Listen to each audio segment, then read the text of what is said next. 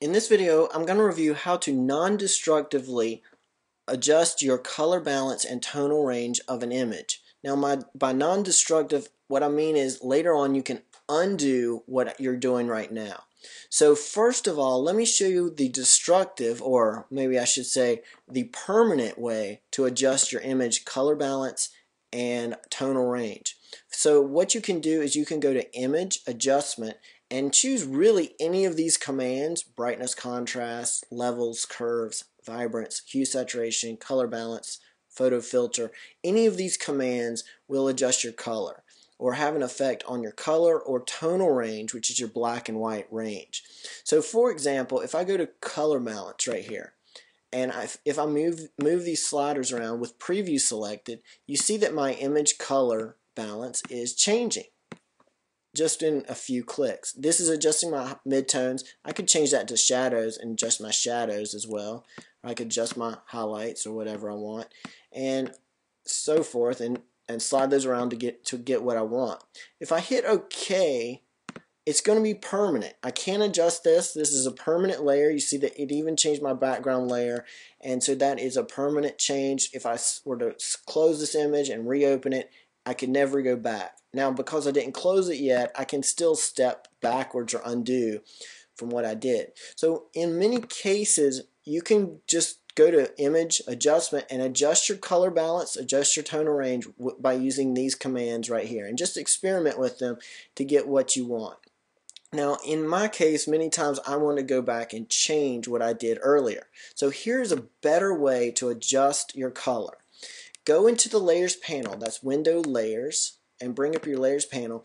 At the bottom of your Layers panel, you'll notice several buttons. There's a black and white circle. This is the one I'm going to be clicking today. If you click on that black and white circle, you've got a list of items, and notice a lot of these items are the same as what I just went over. For example, I've got brightness, contrast, I've got levels, I've got curves, I've got exposure, I've got vibrance, hue, saturation, color balance, photo filter, a lot of those things that I went over earlier. So if I want to adjust this picture by, let's say, going back to where I was before, choosing color balance, I can click on that. It brings up the properties panel, and let me move my layers panel so you can see this a little bit better. I'm going to move it down here. I'll click back on that layer. It added an adjustment layer. It's called an adjustment layer. I click on that adjustment layer. When I click on that adjustment layer, it brings up this properties panel again automatically. And notice I've got midtones, shadows, highlights listed right there. And I can adjust my cyan, red, magenta, green, and yellow, blue to wherever I want. And I can hit OK, save this, and as long as I save it as a Photoshop layer with files, if I save this as a layer with a file with layers, as long as I save my layers, I can pull this back up, and I can even turn that layer off and go back to my original. So if I want to add another one, I can do that. I'll go down to the bottom of my layers panel. I'll click on the black and white circle again. I can choose any of these, really. I can choose hue, saturation, for example. That'll allow me to change my colors. I can also check colorize, by the way. That'll really allow my colors to come to life. I can change saturation. I can change lightness. That's my tonal black and white range. And if I like it, I keep it. If I don't, I turn the eyeball off and it hides it. These layers will also stack on top of each other, so if I click on both eyeballs, you'll see that there is a change when I have both of them on.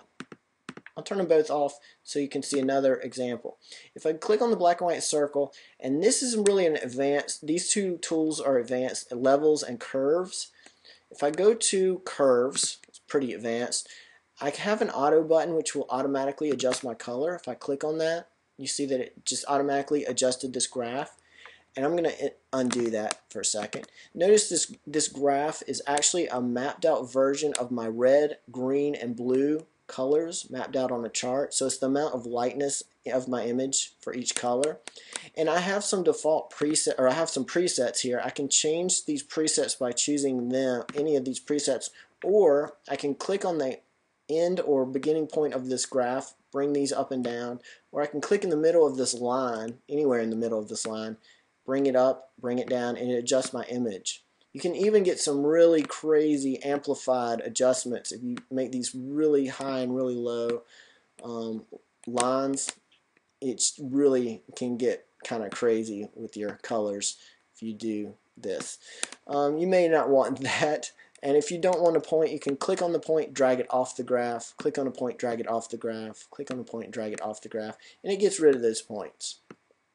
Again, auto just kind of automatically adjusts it to where Photoshop thinks it should be. You can turn those other layers back on.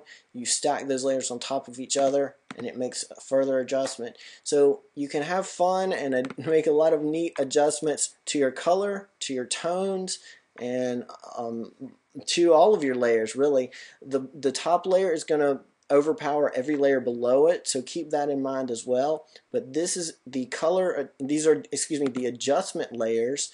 By clicking the black and white circle right here at the bottom of your layers panel in Photoshop,